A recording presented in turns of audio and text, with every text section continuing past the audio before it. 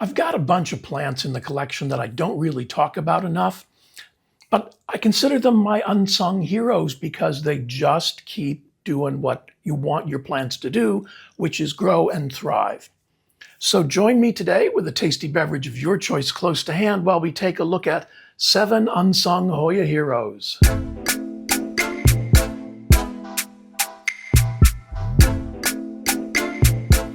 And before we get started, as usual, thanks to those of you who took the opportunity to respond to last week's question about what Discidia you had. Not too many Discidia fans out there, but some of you introduced me to some new species and added to my wish list for a change. So yeah, that was very, very interesting. I appreciate that, and now I'm on the hunt. Yeah, that was cool. And a little bit of an update on this great looking little plant I talked about last week. This came to me labeled as Discidia affinity parasitica sumatra. And after doing some digging and some research and talking to several people, yeah, there is no Discidia parasitica. It's Discidia parasita. Now, what this plant is, I'm still not exactly sure. As I showed in last week's video, this is from the Philippines, and it's not really near Sumatra, which was the descriptor that was attached to this plant. So I'm thinking that this is Discidia parasita, and I'm fine with that. I'm happy with that. I found out this plant has had a whole bunch of different names in our experience with it. It was Disodiopsis parasitica. It was Discidia parasitica. It was Discidia parasita. Parasita is the Portuguese word for parasite, which is, and the Latin word is parasitica, so, or that implies it's a parasite. Yeah, so that's where I am with this. Those of you that had it, keep all the information that came with it.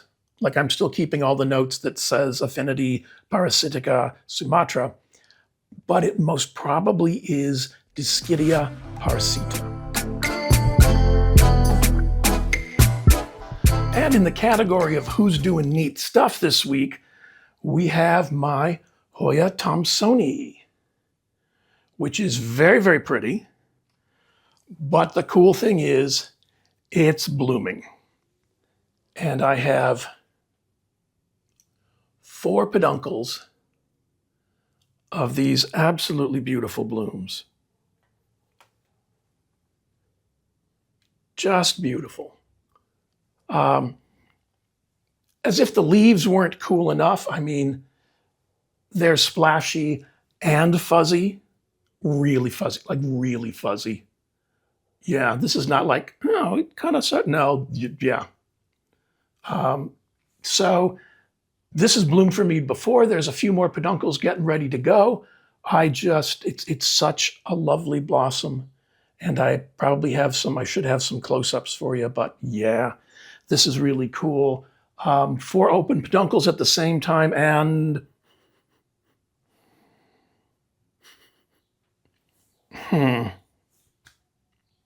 it sort of smells like a really fine, very, very light scent, very, very light, but it's the middle of the afternoon. And it's 64 degrees here today. That's 17, 18 degrees Celsius. The sun is shining. You can see I'm out in the porch again. It's not warm enough for these guys out here, but it's warm enough for me. So that's cool. Yeah, it smells like really fine soap. Slightly floral, slightly citrus. Very, very light scent. So yeah, this is, if you're looking for something kind of neat, yeah, Hoya thompsoni.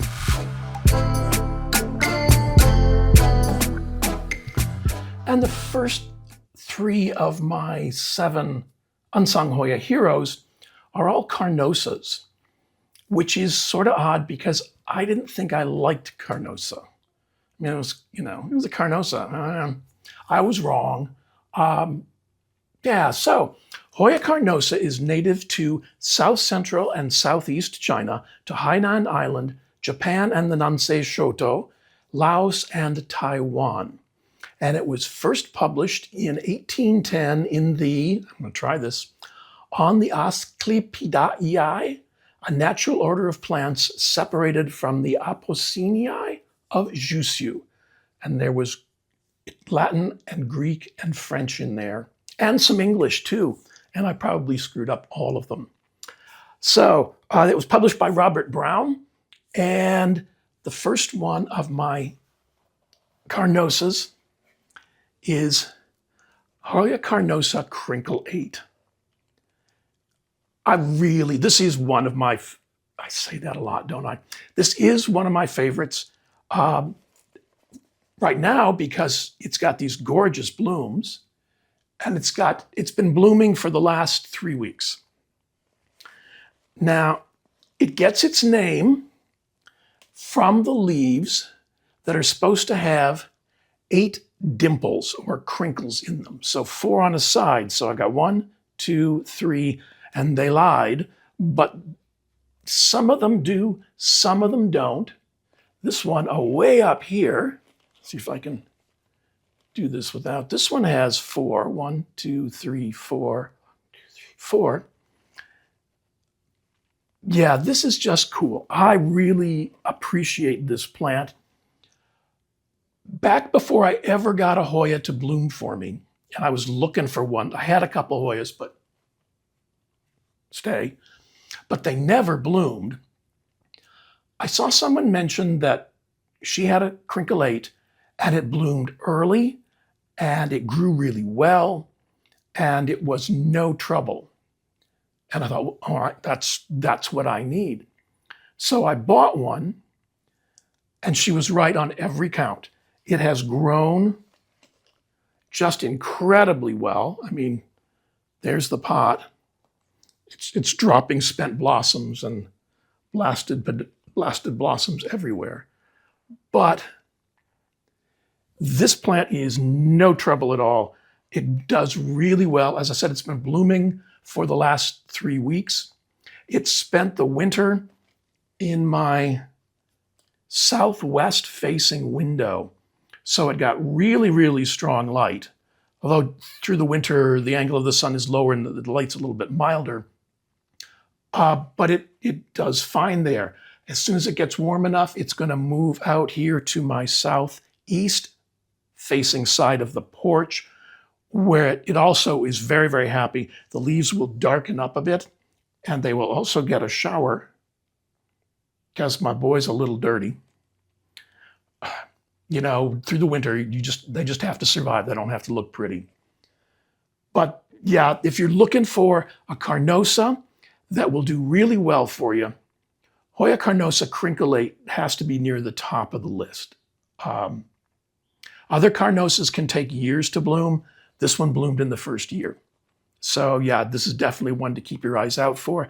This one came from Indoor Plants Inc. on Etsy, and this is Hoya carnosa crinkle 8.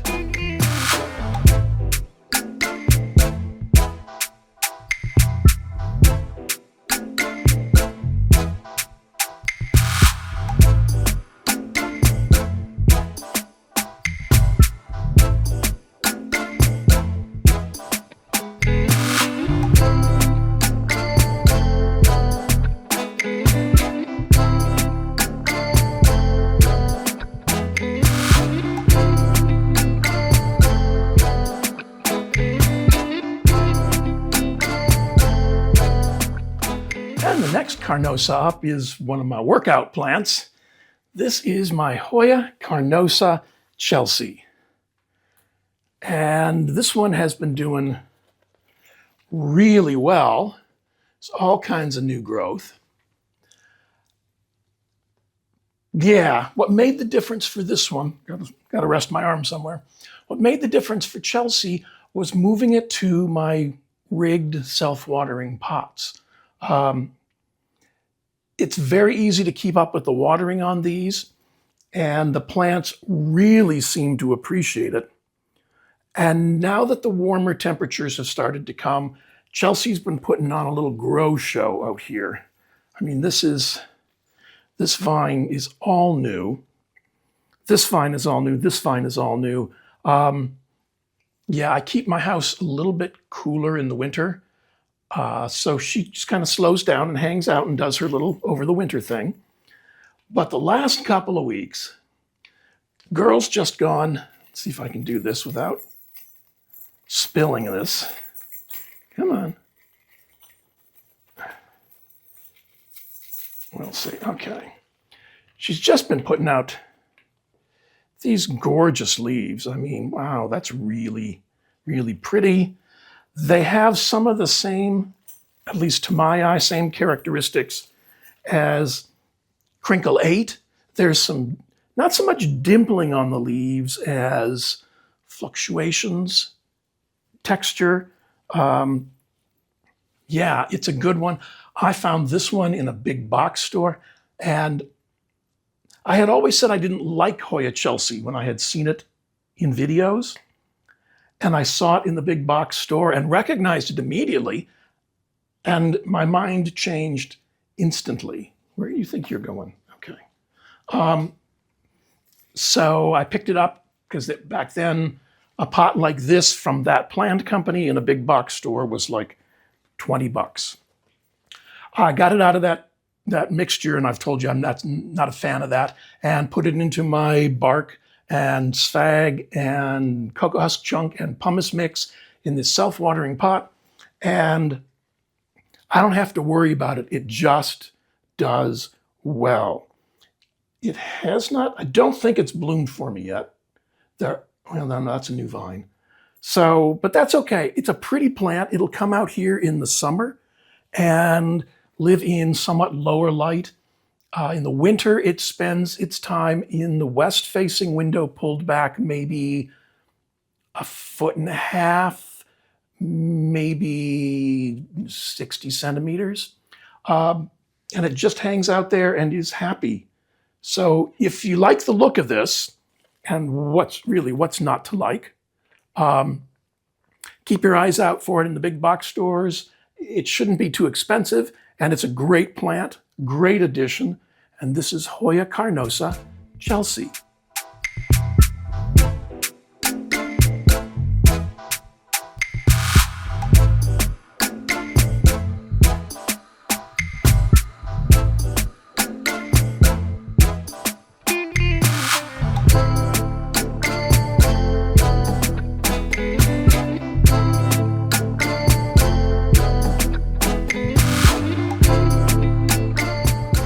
Hydrate a bit after that workout. So the next one up is a plant I settled for early on. I didn't want to spend a lot of money, and I didn't know what I was doing. That's never gotten in my way before, but I wanted to find Hoyas. I was going to buy a Hoya. And that one is Hoya carnosa, outer variegated. Now, this one came with the name Crimson Queen on it, but I don't put any store in that. Crimson Queen was a trademarked plant. The trademark has expired.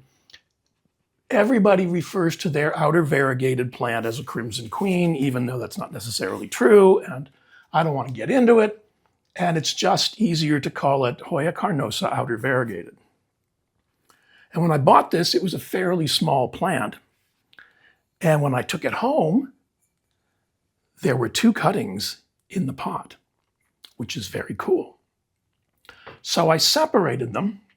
I kept them in a bark and sphagnum. They were both in, let me show you, a net pot with bark and sphagnum, because that was a vast improvement over what they were in. And that was what I knew to do at the time. So they grew, they did fine. I still kept saying, it's a carnosa, it's a carnosa. Meh, who cares? But then this started growing for me. And the leaves are just beautiful. When I moved this one to pond and self-watering, it found a place that it was happy. And in the last couple weeks, this whole vine is new. This is not a full-size optimistic trellis. I may still be able to do that without, because taking a Hoya off one trellis and doing the whole switch is, you're going to lose a leaf. He's not going to be happy. I'm not going to be happy. And happiness is what we're all working for. So yeah, this one's doing okay. Maybe I'll add an extension to it. That might just be easier. Yeah, I think I can do that. I could put an optimistic trellis on top of this one. I've got one of those going on. I don't need, yeah, the other one that's on a 5-foot trellis is doing really, really well. I moved the lights out here for recording and I had to take that plant off the lights. It was growing all over it. So, yeah. So this has been cool. This one, the little one, I'm going to move it to pond and self-watering. For almost a year, all it put out were white leaves, all white leaves. And they would appear, and they're cool, but they don't do anything for the plant. They don't produce any food. They're just a drain, drain on system resources. So that's no good. So they would put out the white leaves, and then they would turn brown and fall off. And that kept going on and going on and going on. And finally, the last couple of months, I've really started overwatering this because this mix doesn't have enough sphagnum in it to hold a lot of moisture. So this little kid was not getting what he needed. So by overwatering this, it was getting enough moisture, and this whole vine from here on up is all new within the last month. So yeah, I'm gonna take care of that. Maybe I should put them all together.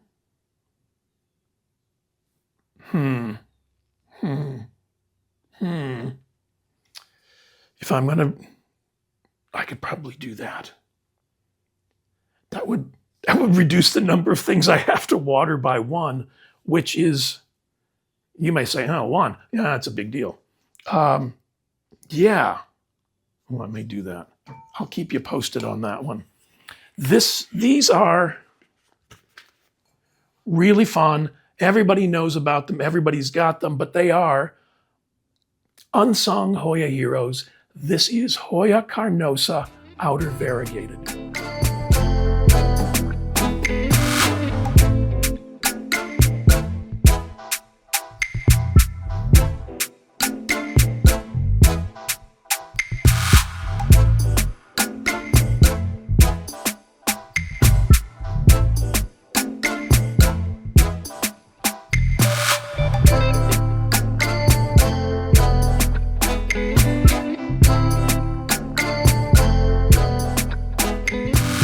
Next up is my Hoya subquintuple-nervous. Now, subquintuple-nervous is native to Thailand and was first published in 1869 in Annales Musei Botanici Lugduno-Batavii, or the Annals of the Botanical Museum of Lyon-Batavie, by Friedrich Anton Wilhelm Michel. This has just been, he's a little messy right now because he's been blooming like crazy. I've got more over here. There's a peduncle that just finished over here. There's another one inside that's just finishing up. So, you know, he's looking a little messy because he's been working, you know. But it's a beautiful plant. You might know this as Hoya pachyclada. I have been told that, what are you doing down there? There we go. Okay. I've been told that it's actually subquintuple-nervous, that most of the plants that are sold in the US that are labeled pachyclada are indeed subquintuple-nervous. And there are ways to tell the difference between the two, and I don't remember any of them at the moment. I knew them when I needed to know them, and so that's where we are with this. He needs a good shower. Boy, he's a mess.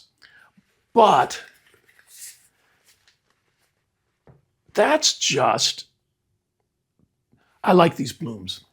That kind of pale candy apple with the white coronas, white coronas, pale green corollas, a little bit of gold highlights in the center. No discernible scent, at least at this point of the day. Oh, wait.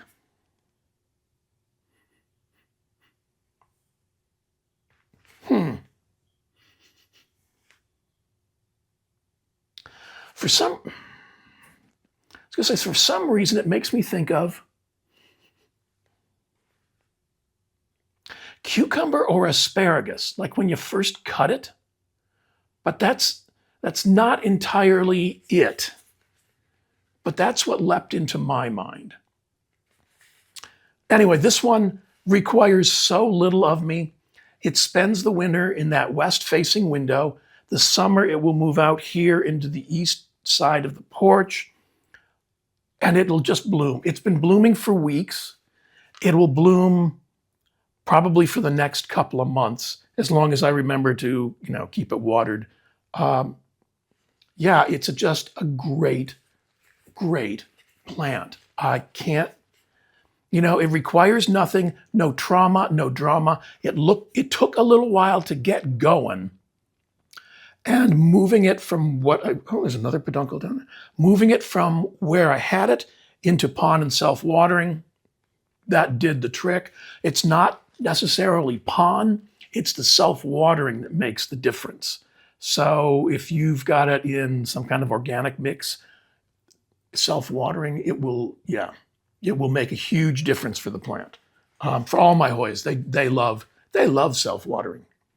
So the leaves aren't terribly fancy or splashy or anything else, but I like them. They're cool, they're neat, it blooms, it doesn't give me any grief. So what's not to like? This one I got at Gabriella Plants, and it may have been labeled Pachyclada, but this is Hoya subquintupla nervus.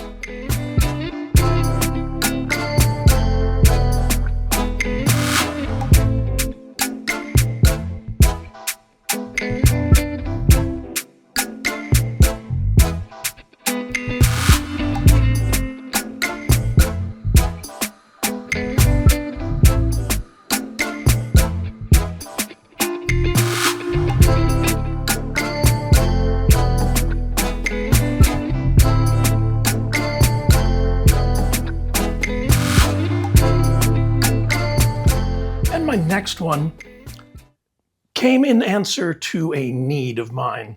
Early on in my Hoya career, I needed a plant that had a lot of splash. And I was afraid to order anything pricey for fear of my own lack of experience and skill with these plants. But I still wanted splash. I wanted lots of splash at a bargain basement price. And there is a Hoya that will do that for you. And that is Hoya pubicalyx. I always kind of didn't think too highly of this plant because I had settled for it. And I didn't really settle for it. I didn't know how lucky I was getting. This plant is just beautiful. It came with the descriptor splash, so I was hopeful, but it surpassed my expectations. This has just grown really, really well. It's beautiful. The leaves are so cool. They can get big. I mean, that's a good sized leaf. There's lots and lots of splash on them. And this good boy has been no trouble at all. It spent the winter in my west-facing window with the subquintupla nervus and the crinklate. They hang out together there. It will come out here in the summer. Ooh, sorry about that. It has not bloomed for me yet, but you know, it's so darn pretty that I'm okay. It loved moving. This is another one of my wick-rigged self-watering pots. And this one is actually in my organic mix because that's what it was in and I didn't want to traumatize the plant. So it's, the bark, sphagnum, cocoa husk chunks, and pumice. It's really loving the self-watering. That's the key. This is just done really, really well. I know a lot of people have it, but I don't see folks talking about it. So I'm talking about it. This has just been a good plant. It's usually very reasonably priced. This one I found at a local nursery, so they're not hard to find. And it's just beautiful. Nice long lancet leaves, splash, easy grower, no trauma drama. What more could you ask for? Hoya pubicalyx, is native to the Philippines, to Luzon Island. It was first published in 1918 in the Philippine Journal of Science, Section C, Botany, by Elmer Drew Merrill. I've had this one since 2021. I got it at Briggs Nursery up in North Attleboro, Massachusetts. And this gorgeous guy is Hoya pubicalyx.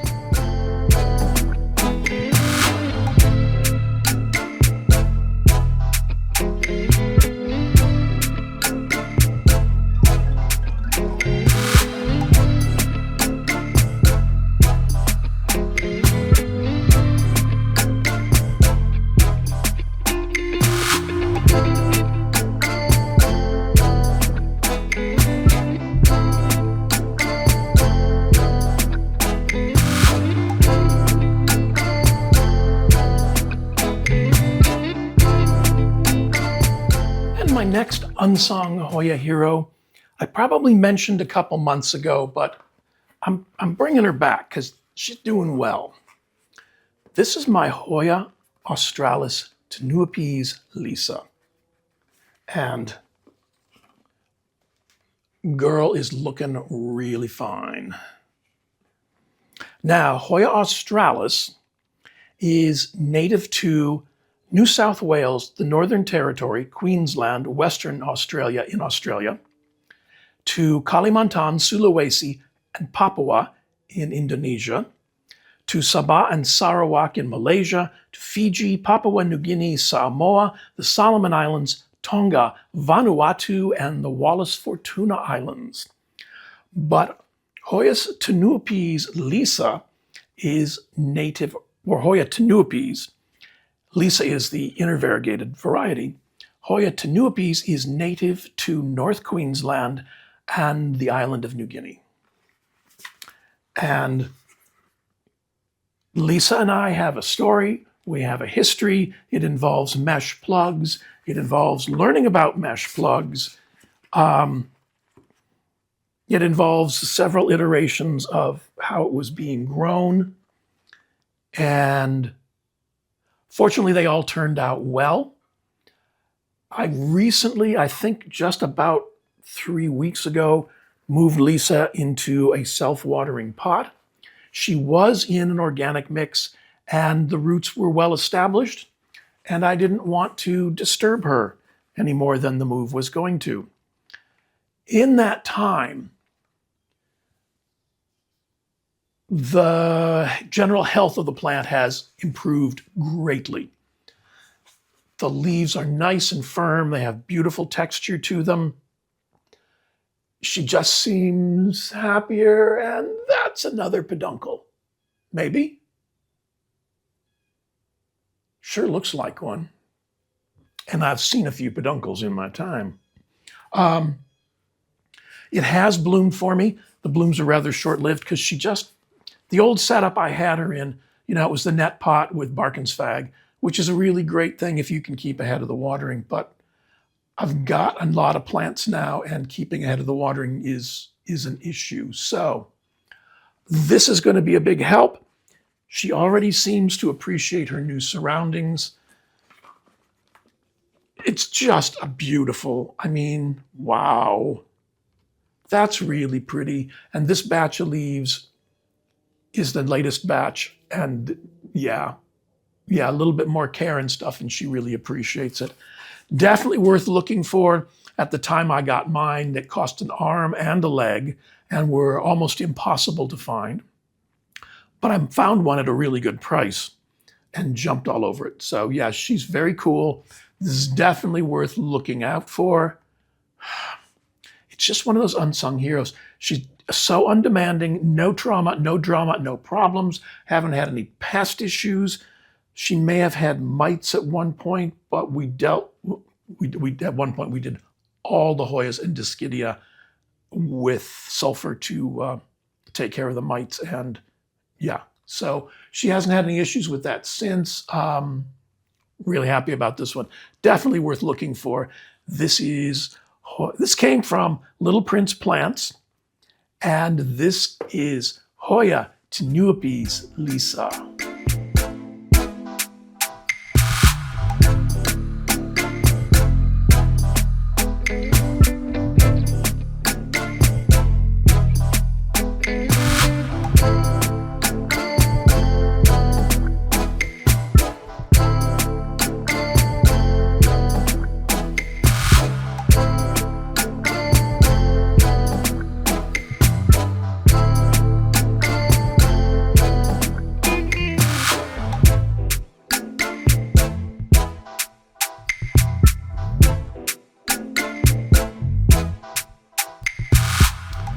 And next we have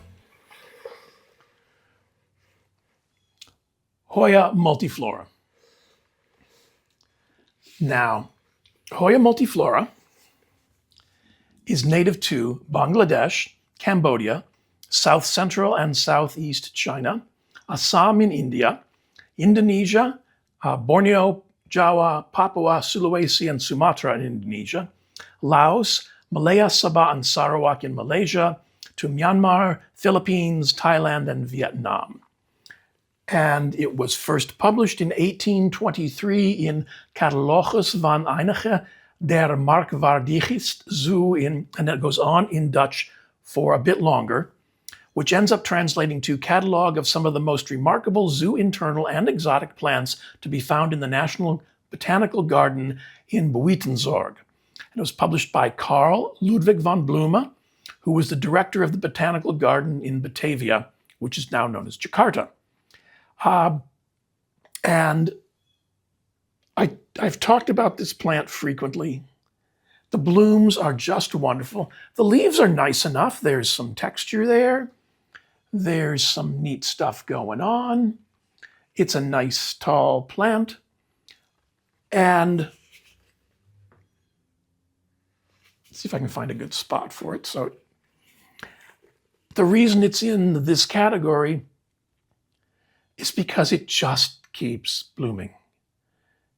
Other Hoyas seem to have, they bloom at a certain time of the year, then they don't bloom for a while, and then they go. Multiflora just keeps on blooming. As long as I keep the reservoir, which I need to do when we finish this, as long as I keep the reservoir tapped off, and there are the 1, 2, 3, 4, 5 peduncles will just keep on going. I didn't think I was going to be able to take care of a plant like this when I ordered it. I thought I was getting way in over my head and you're going to kill it. It's not going to do well for you. It's going to die a slow and painful death in your care, especially since I ordered it in October and it was cold. And yeah, it was not the smartest move.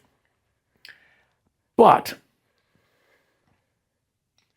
Once it arrived and settled in, no, I'm the star here. You there. Once it arrived and settled in, it did fine. The only thing you have to remember is that it's a thin-leafed Hoya, and as a thin-leafed Hoya, it does not want to dry out. Now the leaves aren't paper thin. There's a certain firmness to them. There's this wonderful texture. There's this gorgeous dark green color. I mean, that's really, really pretty. It's very, very pretty. No issues. I mean, it doesn't argue with me about growing. It doesn't argue with me about blooming. If I notice that it hasn't bloomed in a couple days, I'll just like, oh, it needs a drink. Keep it topped up, and it's going to do fine for you. It's not fussy. It's not a diva.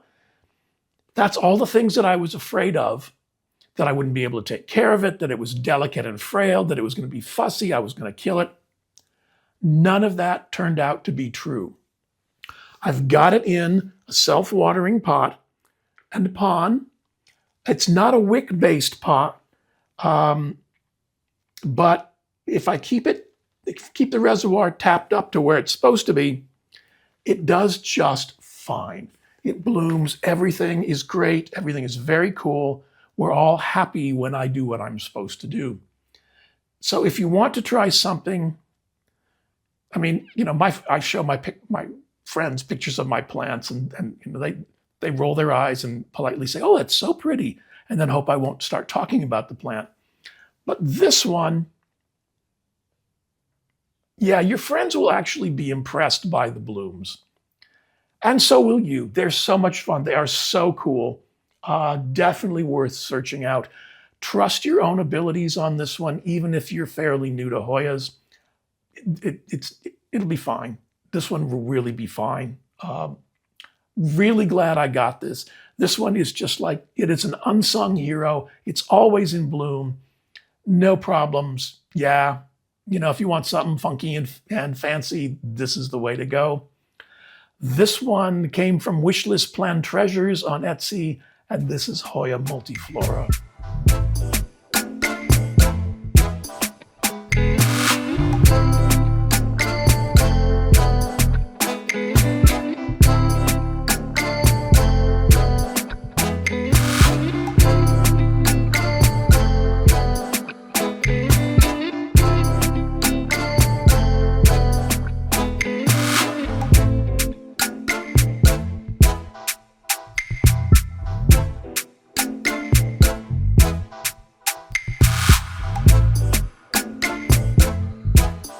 The question for the comments this week is, what are your steady eddies? What are your unsung Hoya heroes? The ones that you don't ever worry about, that always do well for you, that just are no trouble and a delight to have. They don't have to be same as mine, although I have a feeling some of them will, because these are just like really fun. But what's the Hoya that just gives you no grief, that you're really glad you have? You don't ever worry about it and, you know, stress over it, and it just keeps doing well for you even if you forget about it. So yeah, let us know. And as always, I want to thank you for choosing to spend a little bit of your time with me this week's end. Please remember to click the thumbs up like button, the subscribe button, the notification bell. They're all really important to helping my channel grow. A lot of the products that you've seen me used are available through my Amazon storefront, and there's a link in the description below. I receive a small commission on the sale from the storefront, but it doesn't affect your price at all. If you'd like to support the channel, you can click on the link in the description to my Buy Me a Coffee page, or there's a thanks button down here, and YouTube handles all of that. There's going to be links to a few more videos over here that you might find interesting, and enjoy the rest of your week's end.